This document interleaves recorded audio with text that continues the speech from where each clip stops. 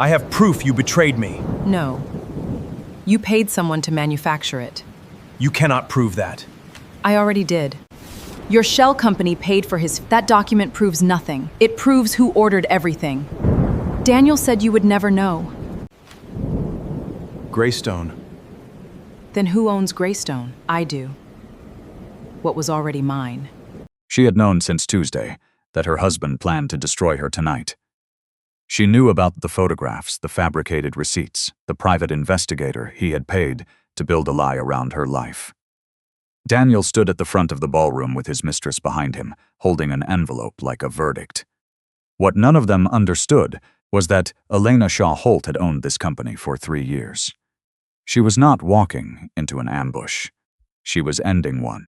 Welcome to today's story.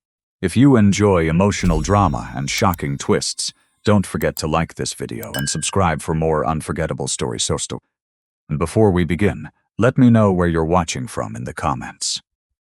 7 years earlier, on the night she agreed to marry him, Elena had told herself she would know when the time came. She had been right about that, at least. The hotel room where Daniel proposed was nothing special. A mid-range place near the conference center where they had met. The carpet slightly worn, the view blocked by a parking structure. He had not planned the proposal. She could tell by the way his voice changed, the way he reached for her hand across the room service tray and said her name differently than he had said it before. It was honest, which was the thing she had always wanted most from people, and found hardest to locate. She said yes. She meant it. What she did not tell him, not that night, not in the years that followed, was that she had run a background check on him before their second date.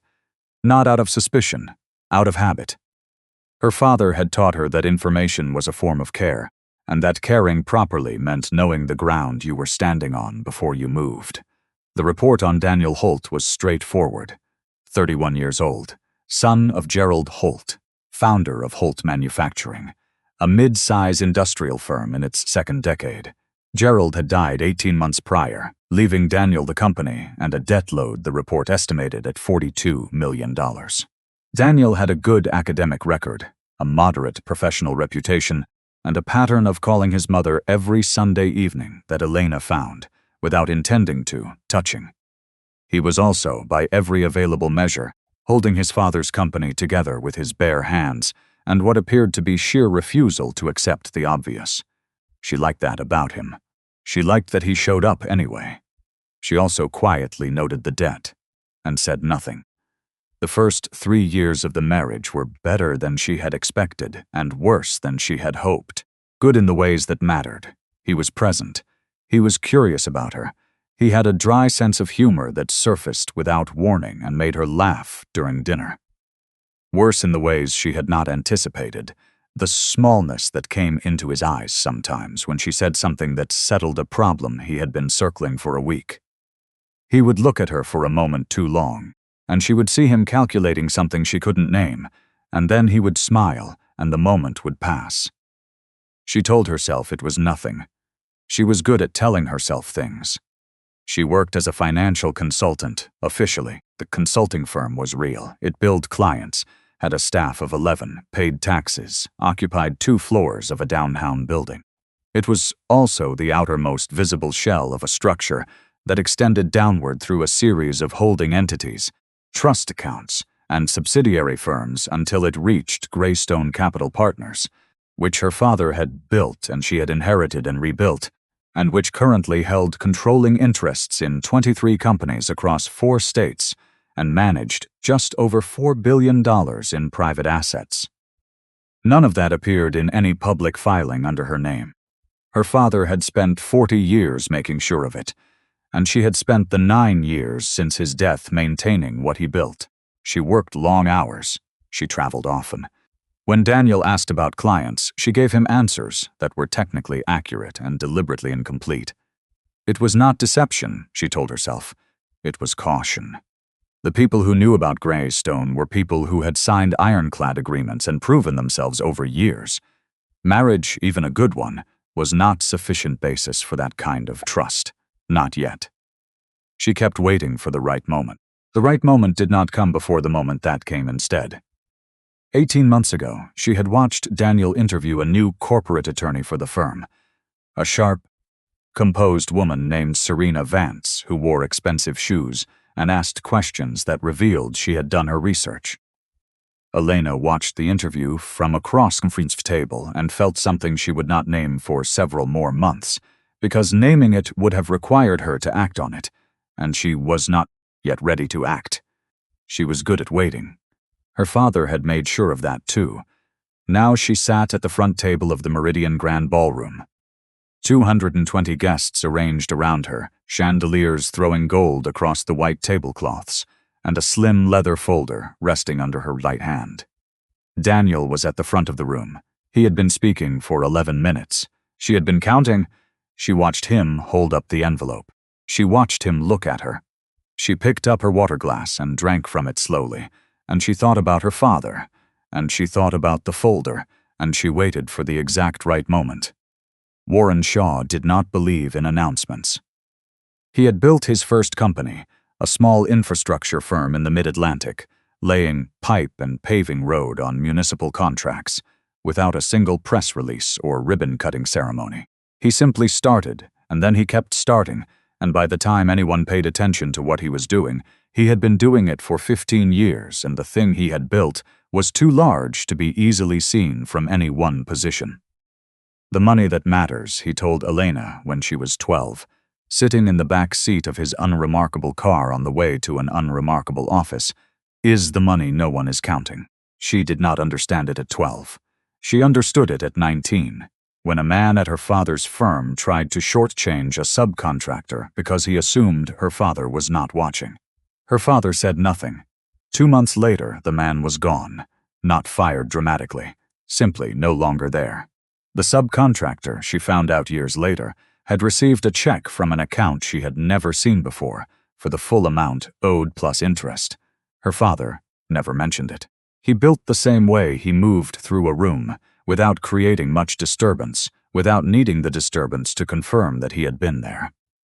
By the time Elena finished business school, Shaw Holdings had expanded into commercial real estate, regional distribution, and quiet equity stakes in a dozen manufacturing firms. None of these were connected to each other in any document that bore his name. The whole structure was layered through trusts and holding companies the way geological strata run under a city, present everywhere, visible nowhere. When Warren Shaw died of a cardiac event on a Thursday morning 9 years ago, the only people who understood the full picture were his attorney Raymond Bell and Elena herself. Elena was 26. She stood at his funeral in the small church he had attended for 40 years and heard people describe him as a modest man, a private man, a man who had done well for himself without making a fuss. They were not wrong. They were simply unable to see what modest looked like at that scale. She spent the following 3 years learning every piece of what he had left her. Bell guided her through the legal architecture, the trusts, the operating agreements, the succession documents her father had been drafting and refining since she was in college. She had expected to feel overwhelmed. Instead, she felt like she was reading a very long letter from him, written over decades, that he had never quite found the right moment to send. She restructured what she inherited. The old Shaw Holdings name was too recognizable in certain circles. People who remembered her father would start asking. She was not ready to answer. She renamed the parent entity Greystone Capital Partners and registered it as a private equity advisory firm.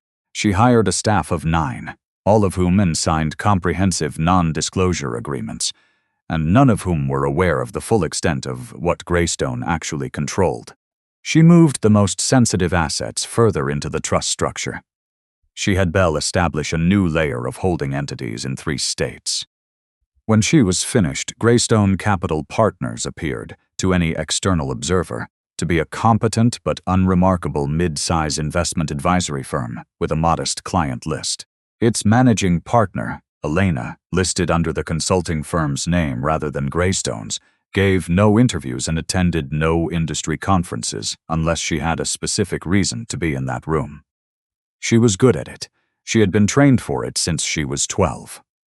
What she had not been trained for was the particular loneliness of it. Her father had never discussed that part, or perhaps he had, and she had not been listening. She had friends, careful friendships, the kind you build when you cannot explain the full truth of your life, but still need someone to have dinner with, someone to call when things are difficult. She had colleagues she respected. She had work she found genuinely meaningful, not the money itself but the mechanics of building, the same satisfaction her father must have felt watching a company stabilize, watching people keep their jobs because a funding structure held. But she had not told anyone the truth about who she was in 9 years. The night before she met Daniel Holt, she was reviewing a report on a small manufacturing firm, Holt Manufacturing, flagged by her acquisition team as a potential distressed asset. The firm had been struggling for 18 months following the death of its founder. Its young CEO, a man named Daniel Holt, had extended himself trying to keep it solvent. The report was factual and not particularly hopeful about the company's prospects. She noted the CEO's name and set the file aside. She was not in the market for a distressed manufacturing company at the moment. She had other priorities. She met him the next morning in the lobby of the conference center where they were both attending a regional financial summit, and he held a door open for her without seeming to decide to do it. Just did it. The way people do things when they are not performing anything, and she thought impulsively and without any particular logic. That is a real person. She had been looking for one of those for a long time. She did not pull the Holt manufacturing file again that evening. She told herself that was a coincidence. It was not a coincidence. She had read everything there was to read about Daniel Holt before she let herself have dinner with him, because that was how her father had taught her to care, carefully, and with complete information. She knew about the debt. She knew about the suppliers starting to pull back. She knew about the bank that had begun making sounds about calling its loans due. She said nothing, ordered the pasta, and let him talk about his father's company with the kind of love that people feel for things they are afraid of losing. She went home that night and thought about her father's voice. Hold the key. Wait.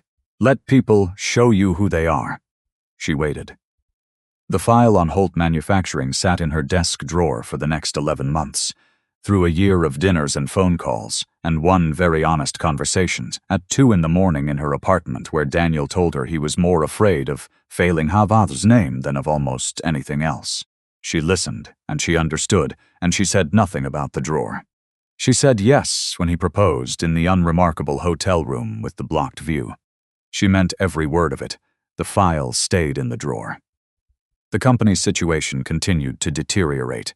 She told herself she would know when the time came. The marriage was good for a while. That part is important, and it is easy to skip past in the telling of a story that ends the way this one ends. But it was good. It was genuinely, honestly good. In the first year, Daniel brought her coffee in bed every Saturday morning without being asked, and they stayed there long past the point when reasonable people get up, reading sections of the newspaper to each other and arguing pleasantly about things that did not matter. He was a better cook than he initially admitted, and he revealed this incrementally. First the pasta, then the roast chicken, then an elaborate Sunday brunch that she suspected took him most of Saturday night to plan. He had a way of listening that was rare. He did not wait for you to stop talking so he could respond. He actually listened, and then he thought, and then he said something that showed he had heard you correctly. She loved that. She had not expected to. By the second year, the marriage had the texture of something real, the kind of partnership that makes daily life feel less solitary, where the other person's habits become the background of your own thinking. She knew how he moved in the morning, what he needed on hard days, the specific look he wore when he was worried but did not want to admit it. She suspected he knew some of the same things about her, though she had always been harder to read. She told him she loved him on an ordinary Tuesday evening, in the kitchen, without any occasion for it. He put down what he was doing and looked at her for a moment and said quietly that he had been waiting for her to say it first because he had been worried that saying it himself would be too much too soon. She had laughed, which was not the usual result of an admission like that, and he had laughed too, and it was fine. She told herself that this was the foundation on which she would eventually build full honesty, that she would find the right moment and explain the full shape of her life to him, and he would understand, and they would move forward knowing the truth. She was still telling herself this in year 3 when the crisis hit. The suppliers began withdrawing in January. By March, 2 major clients had quietly shifted their contracts to competitors. The bank that held the largest portion of Holt Manufacturing's operating debt sent a letter that was polite in tone and unmistakable in meaning. They were reviewing the relationship. Daniel worked 16-hour days. He came home with the look she had learned to recognize, the one that meant he was holding something heavy and not asking for help carrying it. She watched. She waited. She ran numbers quietly in her head at night when she could not sleep. In April, Raymond Bell called her on a Wednesday morning while Daniel was at the office. Bell had been tracking Holt Manufacturing at her standing instruction ever since their first date, not out of any particular plan, simply because she had never canceled the monitoring order, and Bell had never asked her to. The news was not good. The firm's largest creditor had begun preliminary conversations about acceleration. If the loans were called, the company would have perhaps 3 months before insolvency. She hung up and sat at her desk for a long time. She thought about Daniel at 2 in the morning in her apartment, telling her he was afraid of losing his father's name. She thought about the way he moved through the company, not naturally a visionary, but diligent in ways that were harder to find and more useful than vision, the kind of person who showed up every day and made the small decisions correctly. She thought about the 260 employees whose jobs depended on a company that was about to run out of runway. She did not tell herself she had no choice. She always had choices. She was honest with herself to name what she was actually choosing. She was choosing to protect the marriage from a conversation she did not yet know how to have. She was choosing his pride over his knowledge. She was hoping, with a hopefulness she recognized as dangerous, that she would find a way to have that conversation later. She called Bell back that afternoon and told him to begin the process of having Greystone acquire the debt. It took 11 weeks. Greystone purchased the outstanding obligations at a structured discount that the creditors found acceptable and the market found unremarkable. Distressed debt acquisitions of this size happened regularly enough that the transaction attracted no particular attention. When Holt Manufacturing failed to service the restructured debt in the subsequent quarter, Greystone exercised the conversion clause that Bell had written into the agreement from the beginning. The debt became equity. 67% of Holt Manufacturing's outstanding shares transferred to Greystone Capital Partners. The company stabilized almost immediately. The suppliers, noting that the debt situation had been resolved and that the operating account was no longer under pressure, renewed their contracts. The bank, which had been preparing to accelerate, received notification that its loan had been purchased by a different entity and the terms renegotiated. No one at the company knew the identity of the new controlling shareholder except Victor Marsh, the independent board chairman, who had been told in a brief phone call from Bell that the information was confidential and should remain so. Daniel believed the stabilization was the result of his own renegotiation efforts, a series of calls and meetings he had conducted over the spring, in which he had appealed with considerable force to the patience of the firm's creditors. He had not been wrong that those conversations helped at the margins. He had simply not been aware that by the time he made them, the core of the problem had already been quietly solved. He came home the evening the stabilization was confirmed and poured 2 glasses of something decent and told Elena that they had made it through, that the firm was going to survive, that he did not know how, but he had pushed hard enough that things had turned around. She looked at him and she raised her glass and she said she was glad. She was glad. She was also beginning to understand the shelf life of the secret she had chosen. He was proud. He had earned the right to be proud of how hard he had worked. The problem was that the pride had nowhere safe to go. He couldn't fully understand what had turned things around, and so the pride attached itself to an incomplete story, and the incomplete story became, over the following years, the version he believed completely. She watched the pride harden into something else. Not right away. Gradually. The man, who had listened to her at 2 in the morning, began to talk more than he listened. The man who had revealed himself incrementally, the pasta, the roast chicken, the Sunday brunch, stopped needing to reveal anything. He had already proven himself in the story he was telling himself. He had saved the company. He had steadied the ship. She kept waiting for the right moment to correct the record. Then he hired Serena Vance, and the right moment stopped being something she was waiting to find and became something she was running out of. Serena Vance had grown up in a house where money was discussed the way other families discussed illness, in lowered voices, with shame as something that had befallen them rather than something that could be controlled. Her mother worked double shifts and called it sacrifice and told Serena to be grateful.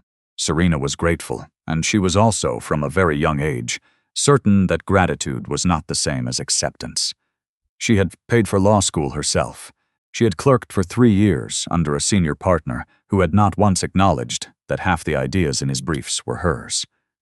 She had built a reputation as the kind of attorney who found solutions in contracts that other people had given up on, creative, tireless, worth twice what she charged. By the time she interviewed for the Holt manufacturing position, she had refined a particular skill, reading a room quickly enough to understand what the person at the center of it needed to be told. Daniel Holt needed to be told he was exceptional. She saw it in the first 10 minutes of the interview, the slight forward lean when she mentioned the firm's recovery, the way his shoulders straightened when she asked about his leadership during the crisis period. He was a man who had done real work and received incomplete credit, and that gap between effort and recognition was the most useful kind of opening.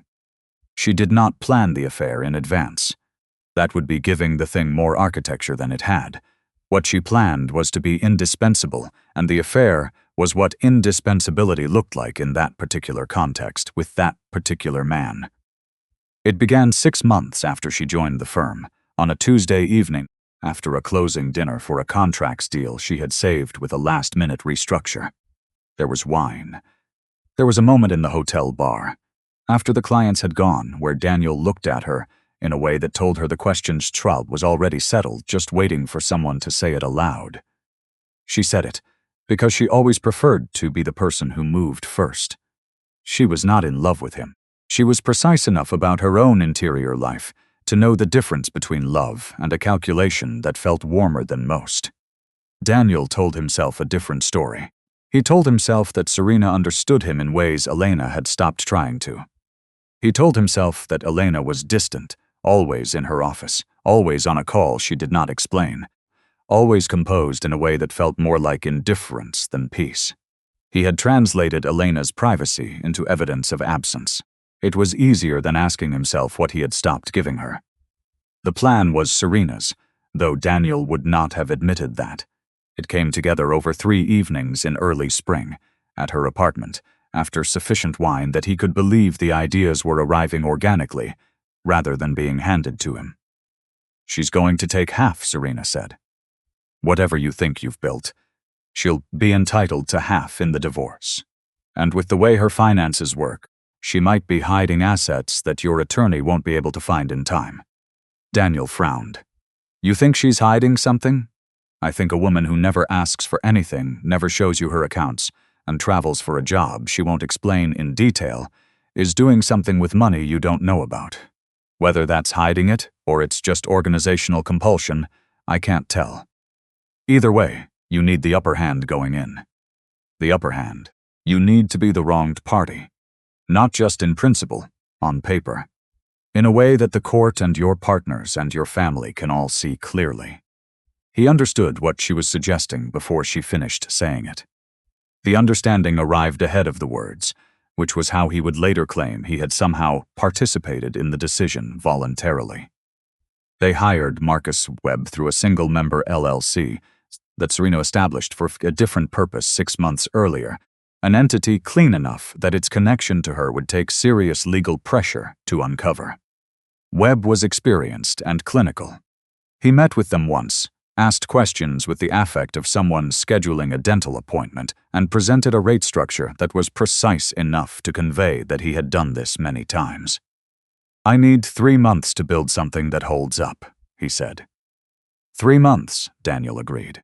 Webb used his associate, a young man named Andrew Cross, who had a background in regional theater and a talent for looking plausible in photographs, to construct an affair. Cross was photographed with Elena in the lobby of a hotel she passed through during a business trip. A genuine location, a genuine trip, the kind of coincidence that makes fabrication convincing. He was photographed at a distance outside a restaurant she frequented near her office. Webb created a paper trail of hotel stays at properties Elena would have reason to be near. He fabricated a series of text messages from a prepaid phone, designed to look like communication between Elena and Cross, and documented the fake thread in screenshots, 12 photographs, 3 hotel receipts, a message thread, a timeline. Webb delivered the package in late summer. Daniel spread the materials across his desk and studied them for a long time, and felt something he did not examine closely, because examining it would have required him to name what he was doing. He told himself he was protecting the company. He told himself Elena had been hiding things from the start, the unexplained calls, the accounts she never shared, the controlled composure that had always felt like something held back. He told himself the photographs merely confirmed what he had suspected. He told himself a lot of things that were easier to live with than the alternative. He filed for divorce on the morning of the gala, citing irreconcilable differences and attaching the evidence file under seal. His attorney, not Serena, whose involvement was limited to the plan itself, filed the paperwork at 9 that morning. Daniel chose the 30th anniversary gala because it was the moment of maximum visibility. Partners, bankers, 2 reporters from the business pages. He wanted witnesses.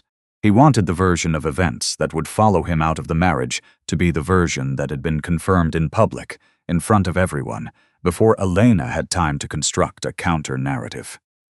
He had been meticulous. He had covered everything. He had not, in 3 months of planning, once thought to ask who actually owned 67% of the company. Elena noticed on a Thursday. She had trained herself to notice, not out of paranoia, but out of the same disciplined attention that made her effective at what she actually did with her days. Her father had said once that the most important thing a person in their position could develop was situational awareness, because the moment you stopped paying attention to your environment, someone else's version of it would be constructed around you before you could respond. She was down to her car after a lunch meeting when she saw the sedan, gray, mid-range, parked on the opposite side of the street from the restaurant. She would not have noted it except that she had seen the same vehicle. She was certain of the plate's last 3 characters, outside her building on Tuesday morning. And she was nearly certain she had seen it, or one very similar, near the Greystone office on Monday afternoon. She did not change her pace. She did not look at the sedan again. She got into her car and drove to her next appointment, and that evening after dinner, when Daniel was in his study reviewing the quarterly reports, she called Raymond Bell. "I'd like you to run a check," she said. "Gray sedan, partial plate." She gave him the characters she had memorized. "And I need someone to do a sweep of I use regularly, office, lunch spots, the Thursday coffee I take near the park. Whatever's consistent." Bell did not ask why. He had been her attorney for 9 years and her father's for 20 before that, and one of the reasons she trusted him completely was that he understood when a question was not necessary. She waited 4 days. On Monday morning, Bell called her. "The vehicle is registered to a Shell LLC," he said. 2 layers in, it connects to a licensed investigator named Marcus Webb. Webb has a clean record. Multiple private clients, works primarily in domestic cases. A pause. He was retained 8 weeks ago by a different entity. But that entity has a principal who appears to be connected to your husband's firm. Elena was quiet for a moment. Serena Vance. "I can't confirm that directly yet. The layers are careful, but the entity was registered within 60 days of Ms. Vance's employment at Holt, and the address on file belongs to a building she rents professionally."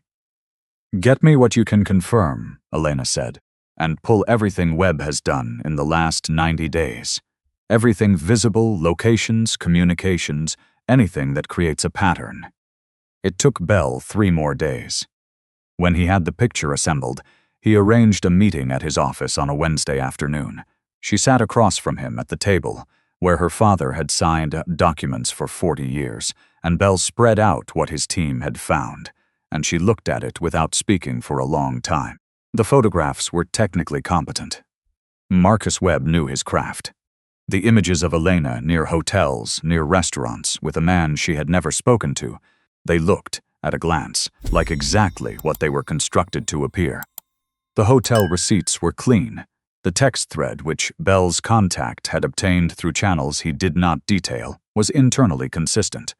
She looked at the man in the photographs. Young, reasonably presentable. Positioned carefully just close enough to suggest intimacy without touching her. She had never seen him before. She had been, in most of these photographs, walking from a parking structure to a meeting or from a coffee shop to her car, entirely unaware that she was being documented. "Who is he?" she asked. Bell produced a single page. Andrew Cross. 29. Has done background work in regional theater productions, 2 regional commercial spots.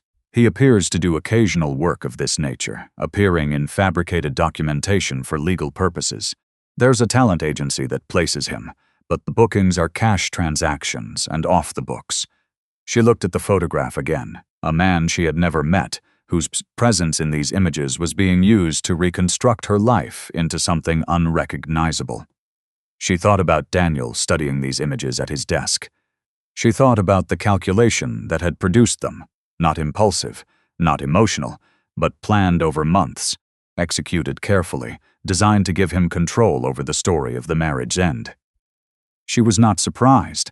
That was perhaps the hardest thing to admit. She had watched the pride harden into something else over the past 3 years, and she had understood somewhere below the surface of her thinking that the trajectory had a destination. She had not admitted it fully to herself because admitting it would have required her to decide what to do about it. Now she decided. "What does he have that would hold up?" she asked. "The photographs alone aren't enough. Anyone competent can contest photographs. The text thread is the more dangerous piece. It creates a narrative that's hard to disprove quickly because the burden of proof effectively reverses. You'd need to demonstrate it's fabricated, not just assert it. Can we demonstrate it? Yes." The prepaid phone was purchased in a county you have no record of visiting. The message timestamps conflict with your travel records on 2 specific dates, and Mr. Cross's financial connection to Webb's LLC can be traced with access to the right records. He folded his hands. "It's not difficult. It's simply a matter of when and how." She looked at the calendar on the wall, 3 weeks until the gala.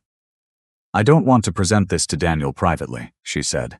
"I don't want to have this conversation over a kitchen table. I want to be very clear about that."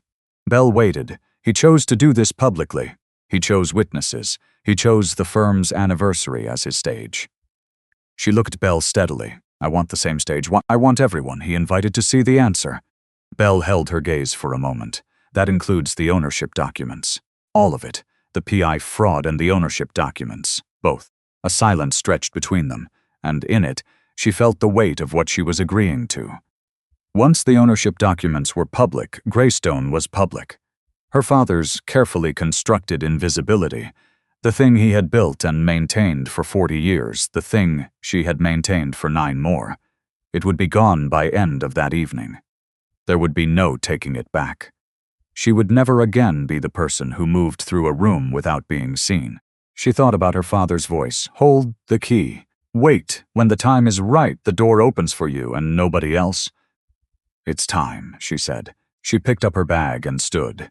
At the door, she paused. "Raymond, make sure the severance protections for the employees are finalized before the gala, all 280. Whatever happens that night, those people keep their jobs and their benefits through the transition." "Already drafted," Bell said. She nodded once and walked out into the afternoon. Victor Marsh had been the independent chairman of Holt Manufacturing's board for 11 years. The last 3 of which he had spent in the peculiar position of knowing something that everyone else in the room did not. He had served on 14 boards over the course of a career in financial services, and he had developed, through that experience, a reliable capacity for compartmentalization, for keeping information in its correct place, without letting it seep into decisions it wasn't meant to inform.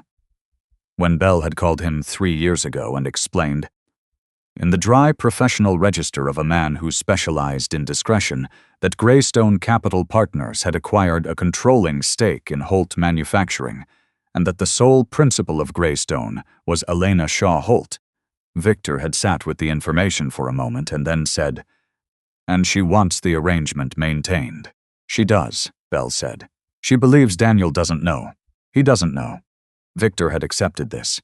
He understood the logic. A woman protecting a marriage, protecting an investment, protecting a workforce that might have been destabilized by the knowledge that its CEO's wife had become its controlling shareholder.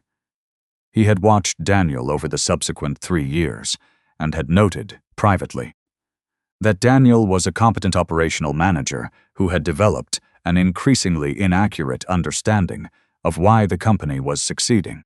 Victor did not consider it his responsibility to correct him. His fiduciary duty was to the shareholders, and the controlling shareholder had made her wishes clear. He had, however, been waiting for the moment when those wishes would change. Elena met with him 2 weeks before the gala in a conference room at Bell's firm on a Wednesday afternoon. She had arrived first, which she always did, and was reviewing documents when he came in. She stood to shake his hand, and he noted, as he always did when he saw her, that she bore almost no physical resemblance to her father, and an absolute temperamental one. She told him what she knew about the PI scheme, and what she intended to do at the gala. She told him calmly and in sequence, without editorializing. When she finished, he was quiet for a moment. "The management transition," he said. "You have someone in mind for interim CEO, Patricia Osei. She's been COO for 4 years. She knows the operations better than anyone currently in the building. I've spoken with her informally. She understands there may be a leadership change in the near term, and she's prepared." Victor nodded slowly. He had worked with Patricia Osei. She was exactly the right choice. And the board vote. "You'll have the Greystone voting documentation in advance. When I exercise the shares at the meeting, the vote should proceed immediately. I don't want this to extend into a second session." "It won't," Victor said. "I can ensure that." A pause. He looked at her across the table, a woman who had spent 9 years holding a structure together, without asking for recognition, preparing carefully for a moment she had hoped would never come. "For what it's worth," he said, "I regret that it came to this." "So do I," she said, without any particular inflection. She spent the following 2 weeks finishing the preparations with Bell's team. The chain of custody evidence for the PI fraud was organized into a presentation that any reporter in the room could photograph. Ancross's identity and professional background, the casting notice and cash payment records, the Shell LLC registration connecting Webb to Serena Vance's professional address. The falsified text thread had been examined by a forensic communications analyst whose credentials Bell had verified. The analyst had produced a 2-page report documenting the timeline discrepancies and the prepaid phone's geographic registration data. The report would hold up to scrutiny. The Greystone ownership documentation was a clean set. The original debt purchase agreement, the conversion clause exercise records, the current shareholder register showing 67% in Greystone's name, and the trust documents identifying Elena as Greystone's sole beneficial owner. Bell had arranged for a notarized copy and a third-party verification from the firm's independent auditors. 3 folders. Each one documented, each one sufficient on its own. Together, the kind of reversal you could not walk back. On the evening before the gala, Elena was in her home office when she heard Daniel in the kitchen, making the sound of someone moving through a space with the confidence of a man who believed he had already won. She listened to him for a moment. She thought about the man he had been when she first saw him, frightened, honest, too proud to show how much he needed help. She thought about the coffee on Saturday mornings and the 2 in the morning conversation in her apartment, and the incremental revelations, the pasta, the roast chicken, the Sunday brunch. She thought about the moment in year 3 when she had sat at her desk and decided to save his company and said nothing. She thought about all the subsequent moments when she had had the same conversation with herself and reached the same decision. The accumulated weight of each of those moments sat with her now in the quiet office while her husband moved through the kitchen one room away. She was not angry. She was something quieter than anger, a kind of grief that had been present for a long time and that she had not, until recently, allowed herself to fully feel. She was grieving the marriage she had tried to build and the version of Daniel who had existed in its early days and the future she had imagined. She was grieving the invisibility her father had given her, which she had been about to trade for a night's truth. She took the leather folder from her desk and checked the contents one final time. Everything in order. She closed it and set it by the door. In the morning, she would put on the midnight blue dress.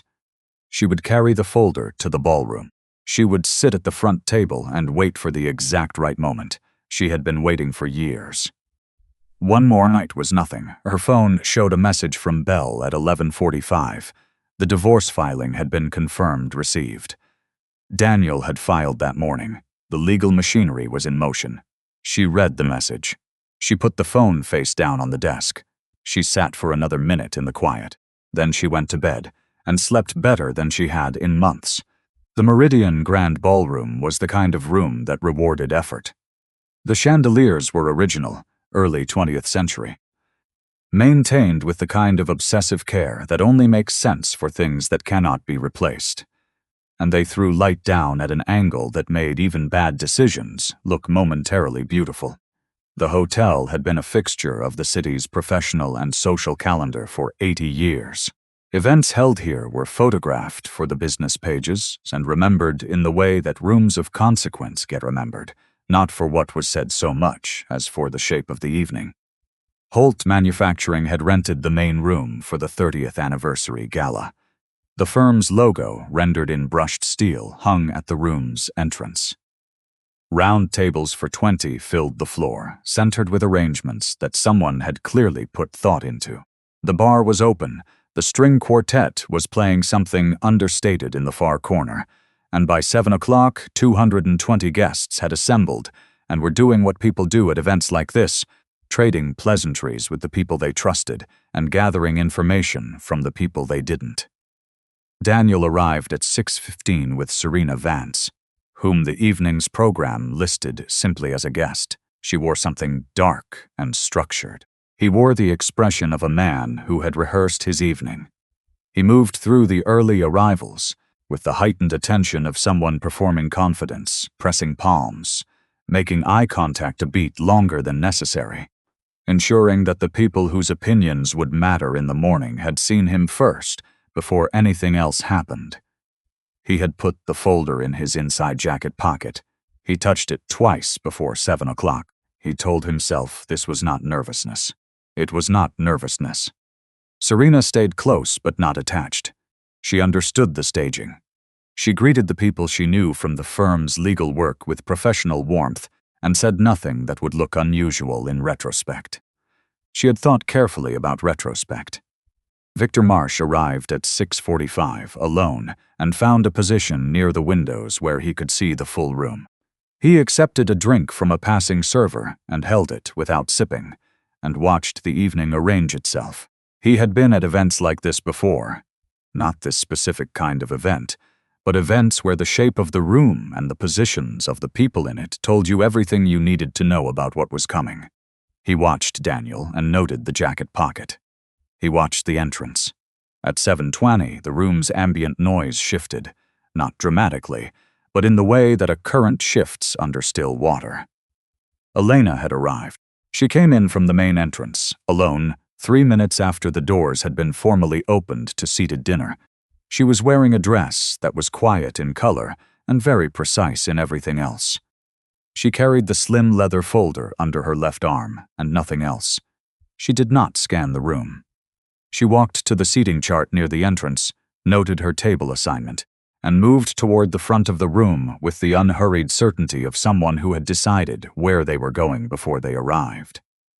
She was placed by the evening's seating arrangement at the first table to the left of the presentation area, the front table, close enough that her presence would be visible throughout whatever happened at the podium.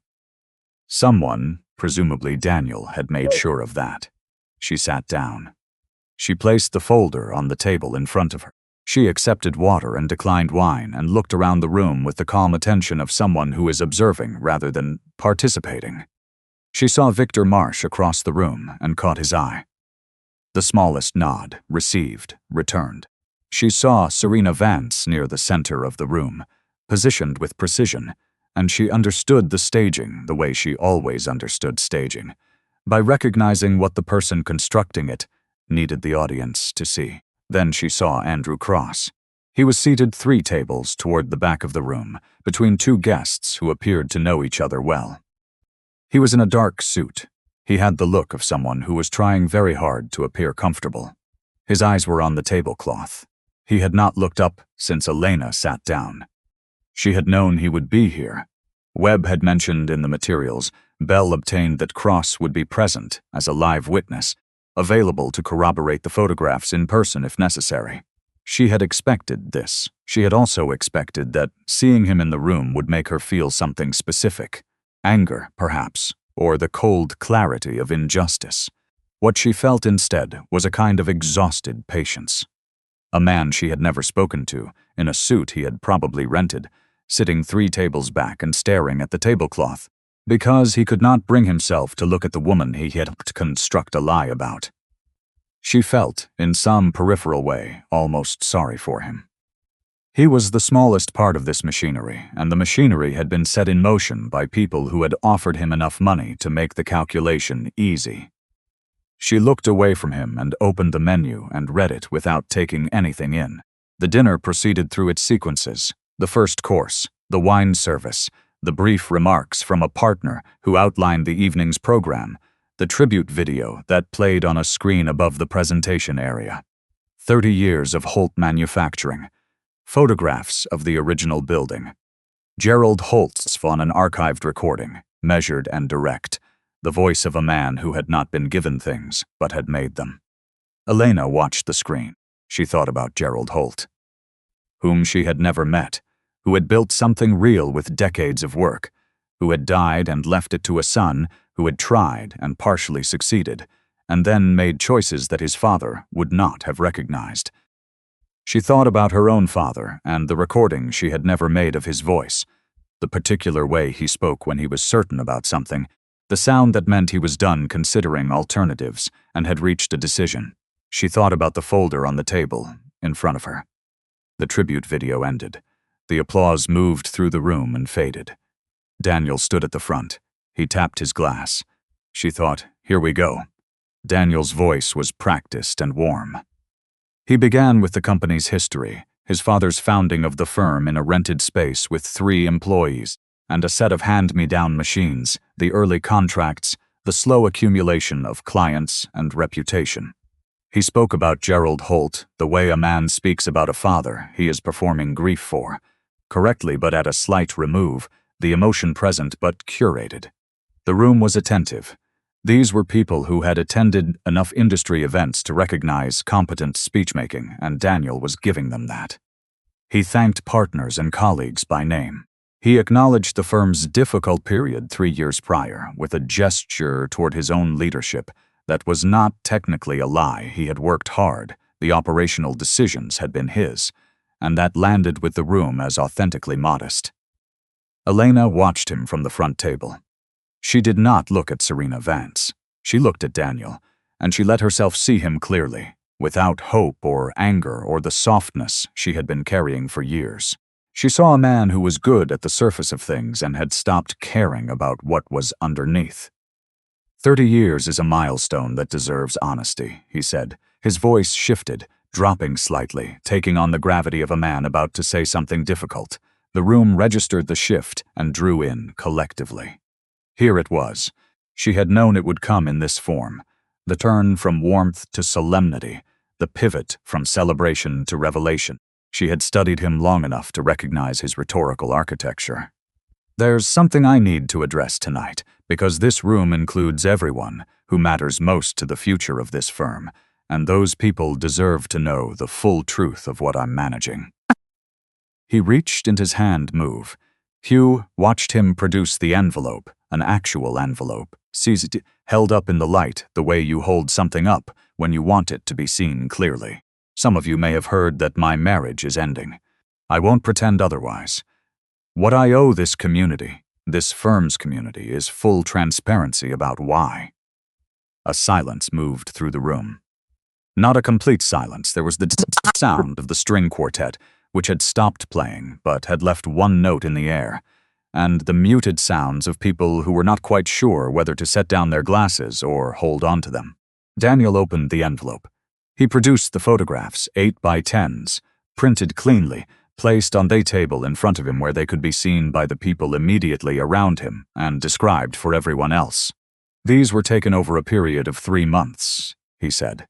"My wife, meeting repeatedly with the same man, hotel entrances, restaurants, times, and locations that don't correspond to any business she has ever explained to me." He looked down the table at Elena. "I have had those images verified by a private investigator who conducted the documentation himself. The individual seen with Elena in these photographs is in this room tonight and has agreed to speak to any of you who have questions." He gestured toward the back of the room. Elena did not turn. She knew Andrew Cross was already on his feet. She was aware of the room's reaction in a physiological way, the specific quality of 200 people's attention shifting, the sound of glasses being set down slowly, the absence of the ambient murmur that fills a room when people are at ease. This was the sound of a room that had reached a verdict before the evidence was in, because most rooms do. She kept her hands flat on the table. She kept her face neutral. She was aware of how she looked from across the room, a woman sitting still at the front table while her husband presented evidence of infidelity before 200 professional witnesses and 2 reporters. She knew what most of them were thinking. She let them think it. Daniel was building toward the filing. She could tell by the pace, and she waited until he had committed fully, until he had said the word divorce and placed the legal document on the table beside the photographs, until he had said to the room that he was protecting the firm's reputation and his own integrity by naming this publicly rather than managing it privately, until he had done everything he had planned to do. Then he looked at her directly and said, "Would you like to respond?" The tone said he believed the answer was no, or that whatever she said would be inadequate. The tone was the sound of a man who thought he had already finished winning. She reached for the leather folder. She stood. She did not look at Daniel. She looked at the room, at the reporters with their phones, at the partners with their guarded expressions, at Victor Marsh. Still near the windows, who met her gaze with the heights composure of a man who had been waiting for this for 3 years. "Yes," she said. "Thank you." Her voice was even, not loud, but the room was quiet enough that she did not need volume. The people at the farthest tables leaned slightly forward, which told her they could hear. She opened the folder. "Before I respond to my husband's said presentation, I'd like to address the witness he mentioned." She looked toward the back of the room. Andrew Cross was standing. He was perhaps 25 feet away. He was not looking at her. "Sir," she said, "I'd like to ask you something directly. I think you know what I'm going to ask." Andrew Cross looked up. His face was the particular color of a man who had made a financial decision that was now resolving itself into something more serious than money. "Is your name Andrew Cross?" A long beat of silence. Then quietly, "Yes." The room did not know what to do with that yet. It was just a name. "Are you a licensed private investigator or an investigative partner to Marcus Webb, whose firm conducted the surveillance my husband described?" Another beat. Cross's jaw moved. "No. What is your professional background?" A reporter near the front had his phone up. A second one had moved closer. Cross said, barely audibly, "I do background work. Theatrical." The room began to understand.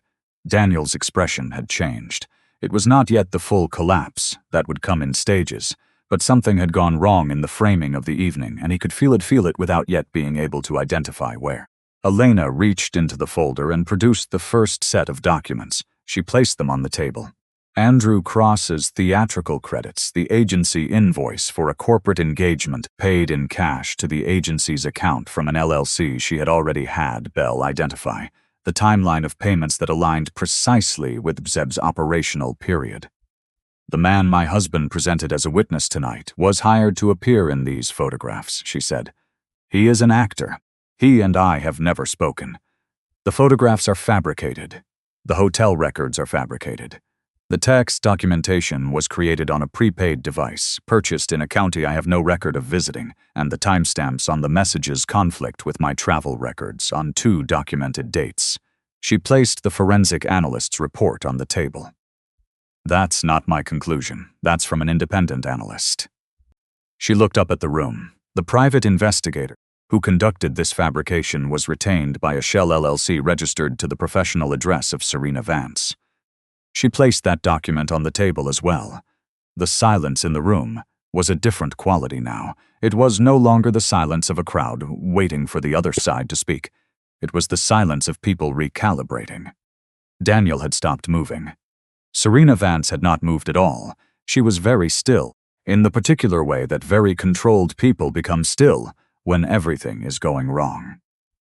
Elena looked at her husband. She said with the same even voice, "I'm not finished." She reached into the folder a final time. The document she placed on the table was different from the others. Where the earlier pages were dense with text and supporting data, this one was clean. A cover sheet from a law firm, a header that read Greystone Capital Partners, Certificate of Beneficial Ownership, and beneath that, in the precise language of corporate documentation, a statement of the entity's registered assets and the identity of its sole principal. She placed it on the table and then, without speaking, she laid beside it the current shareholder register for Holt Manufacturing, showing the distribution of equity. The largest block, 67%, was listed under a single entity, Greystone Capital Partners. She let the room look at the documents for a moment. Then she said, 3 years ago, this company was $42 million in debt. Its creditors were preparing to accelerate. It was approximately 90 days from insolvency. She kept her voice level. A private equity firm called Greystone Capital Partners purchased the outstanding debt at a structured discount, and when the company was unable to service the restructured obligation, exercised the conversion clause in the purchase agreement. The debt became equity. 67% of this company's shares transferred to Greystone. She looked at the room. My husband has run this company as CEO for the past 7 years. For the last 3 of those years, he has done so under the authority of Greystone Capital Partners. He did not know who Greystone was. The board's independent chairman did. She glanced at Victor Marsh, who was still standing by the windows with his untouched drink. He said nothing. He simply looked back at her with the composure of a man who had been waiting for this particular evening for a long time. Greystone Capital Partners, Elena said, is mine. I am its sole owner. I built it from the estate my father left me 9 years ago, and I have held it according to principles he established and I maintained, quietly, carefully, and with complete documentation. She looked at the reporter nearest to her, the one who had been recording from the front. If you're wondering what Greystone's asset base looks like, approximately $4.2 billion in private holdings across 23 operating entities. She was not performing the number. She said it the way her father had taught her to say important things, flatly, without theater, because the fact itself was sufficient. That includes this company. The room took a moment to process this. A glass fell somewhere near the back of the room. It did not break. It simply fell and rolled, and the sound of it was the only sound in the ballroom for 3 full seconds. Then multiple people started speaking at once, and the room's stillness collapsed into something much louder and less organized. Elena did not look at Serena Vance. She looked at Daniel. He was standing at the front of the presentation area, with the photographs still on the table in front of him. Photographs of his wife meeting with an actor he had paid to appear in fabricated evidence. And he was looking at the documents she had placed on the table, and she could see him connecting the pieces in the specific, slow way that large realizations arrive. Not all at once. In sequence. The debt rescue 3 years ago. The creditors who had, inexplicably, become patient. The stabilization he had attributed to his own negotiation. The controlling shareholder whose identity the board chairman had never disclosed. The woman who had worked as a financial consultant for 7 years and had never quite explained what that meant. He looked up from the documents. He looked at her across the room. Whatever he had expected to see in her face was not what was there, which was simply steadiness, and something that might have been, if you looked carefully, the last of a very long patience finally resolved. The reporter near the front found his voice. Miss Shaw-Holt. Can you clarify? Greystone Capital Partners holds controlling interest in Holt Manufacturing, which your husband has been operating as CEO. That's correct, she said. For 3 years? Yes. And he was unaware of this. He was unaware of this. The reporter typed something into his phone with one hand while he held it recording with the other. Elena looked back at Daniel. She had prepared for this moment for 3 weeks and thought about it, in some form, for longer than that. She had expected to feel something definitive, the satisfaction of a thing completed, or the grief of something finally over. What she felt was more complicated and less clean. A kind of soreness, the feeling of a muscle that has been held tense for a long time finally releasing. As of tonight, she said, addressing the room, I am formally exercising Greystone's voting rights, with respect to the board's authority to appoint and remove executive leadership. Victor Marsh will oversee the transition process. The firm's chief operating officer, Patricia Osei, has been prepared for an interim executive role. She looked at Daniel. The divorce filing my husband submitted this morning will proceed through normal legal channels.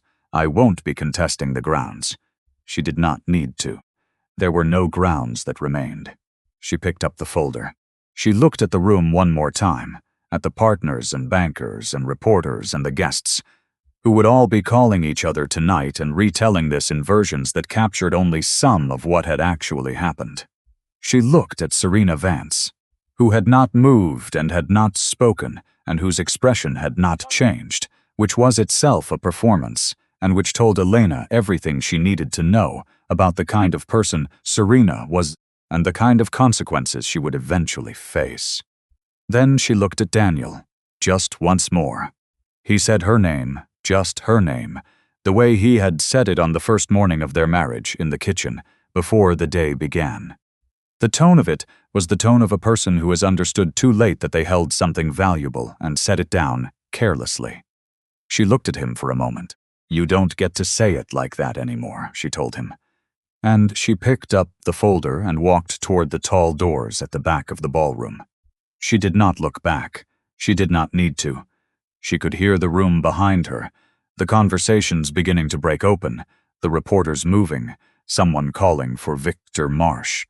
The accelerating noise of 220 people recalibrating everything they thought they understood about the evening.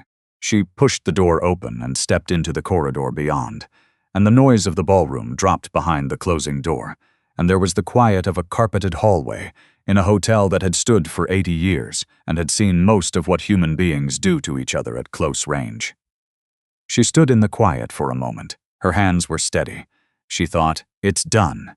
It was done. The board vote took less than 40 minutes. Victor Marsh convened the emergency session the following morning in the firm's main conference room, with the legal documentation Elena had provided, and Greystone's written voting instructions delivered by Bell's firm at 8 a.m. Patricia Osei was named interim CEO by unanimous vote. Daniel Holt was removed from his position as CEO and director. The resolution was precise and impersonal, the way necessary things tend to be when there is no ambiguity left to argue about. Patricia sent Elena a brief message that afternoon. Transition is underway. The team is steady. Thank you for what you protected.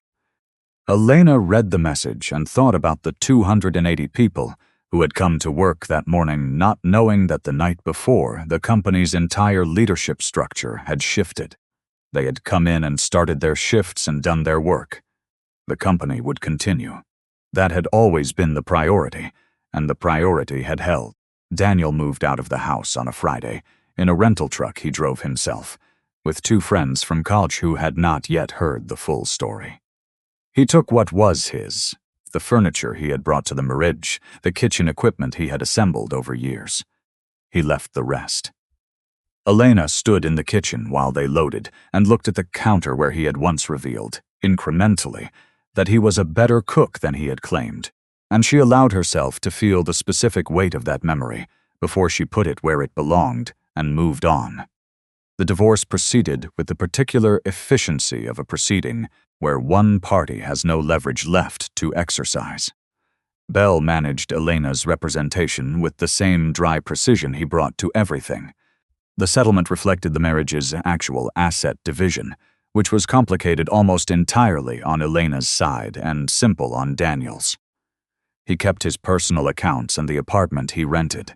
The marital home went into a trust. No one argued. There was nothing left to argue with. Serena Vance retained an attorney and said nothing publicly. The State Bar's ethics review proceeded at the pace of State Bar ethics reviews, which is to say slowly but without dismissal. The evidence Bell had provided, the Shell LLC, the payment records, the chain connecting the PI's retention to Serena's professional address, was sufficient to keep the inquiry open. She had hired someone capable and quiet. Whatever the outcome, it would take years. The reporters had written their pieces by the morning after the gala. The business pages got it mostly right. The coverage described Elena's reveal with the precision of people who had been there and taken notes.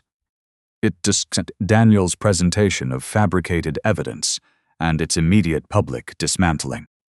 It named Andrew Cross and cited his theatrical background.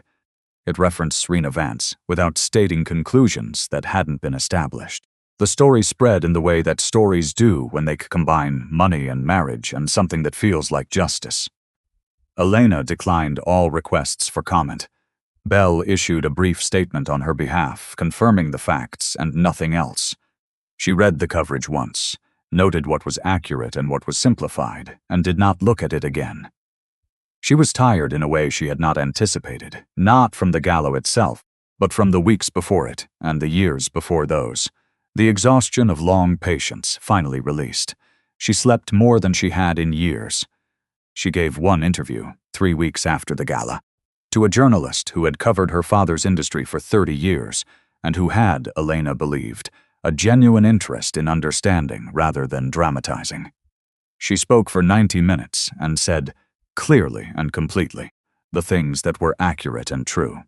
She declined to characterize Daniel's motivations. She said she wished him a life in which he found what he was looking for. She meant it in the specific way that you can mean something without wanting anything for yourself from it. The interview ran and the coverage updated for a week, and then the news cycle moved on, as it always does. What remained was her life. What Greystone was public now, or more accurately, the fact of Greystone's existence and her ownership was public. The internal details remained as protected as ever. She hired a communications team. She gave Bell's firm expanded authorization to manage inquiries. She built a new perimeter around the things that still needed protecting. She thought often about her father's voice, the specific thing he had said about the key, about the door that opens for you, and nobody else when the time is right.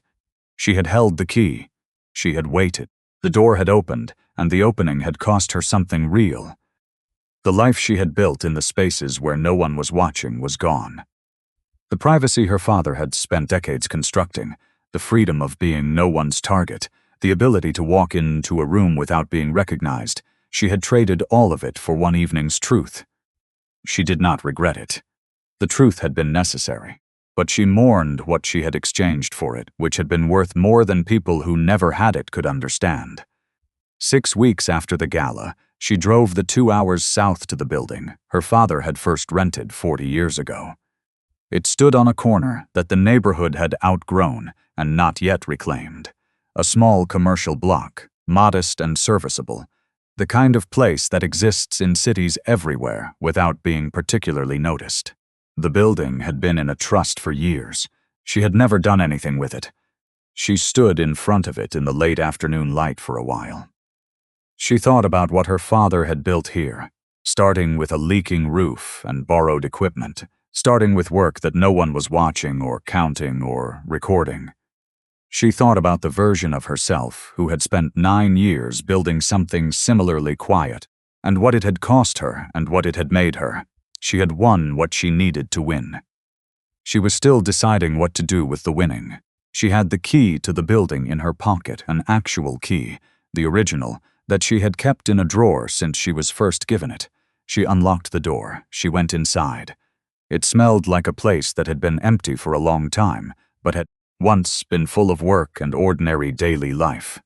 She stood in the middle of the empty floor and looked at the walls and the windows and the dusty counter, and she felt something she had not quite expected. Not grief, not triumph, but something closer to recognition. This was where everything had started. This was the original measure. She was still her father's daughter. Smaller in ambition than the city thought she was, and larger in ways that the city was only beginning to understand. She thought about what she would do with the building. She would figure that out.